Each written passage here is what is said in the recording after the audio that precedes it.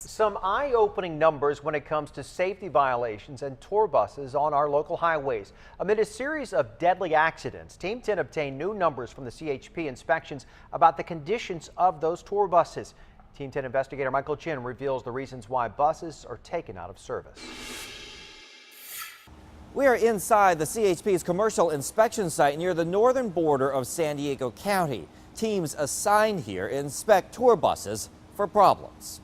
I'm coming up there, driver. It's mid-morning and CHP Inspector Will Mobes is taking a close look Right turn. at a tour bus from Pachanga Casino. Checking the lug nuts to see if they're loose. The tires are closely inspected along with the lights. And so is the engine.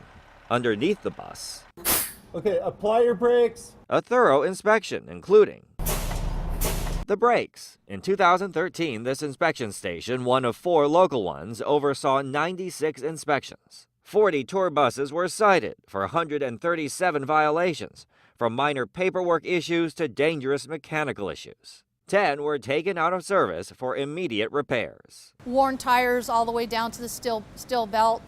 We've had steering violations. We also have bus drivers that did not qualify for driving the bus. Tour bus safety has come to the forefront in the wake of 5 crashes of motor coaches bound for Southern California casinos since August, including this deadly crash in Fallbrook in December. Back in February, a tour bus crash near Big Bear killed 7, including several local residents. Federal investigators said all 6 brakes were bad and slammed the Department of Transportation for failing to keep unsafe buses off the highways. Amid calls for better policies to police bus safety, numbers at a local CHP inspection site show the need for inspections remains critical. Release. As for this tour bus, no violations. It looks serviceable. It all looks good. Michael Chen, 10 News.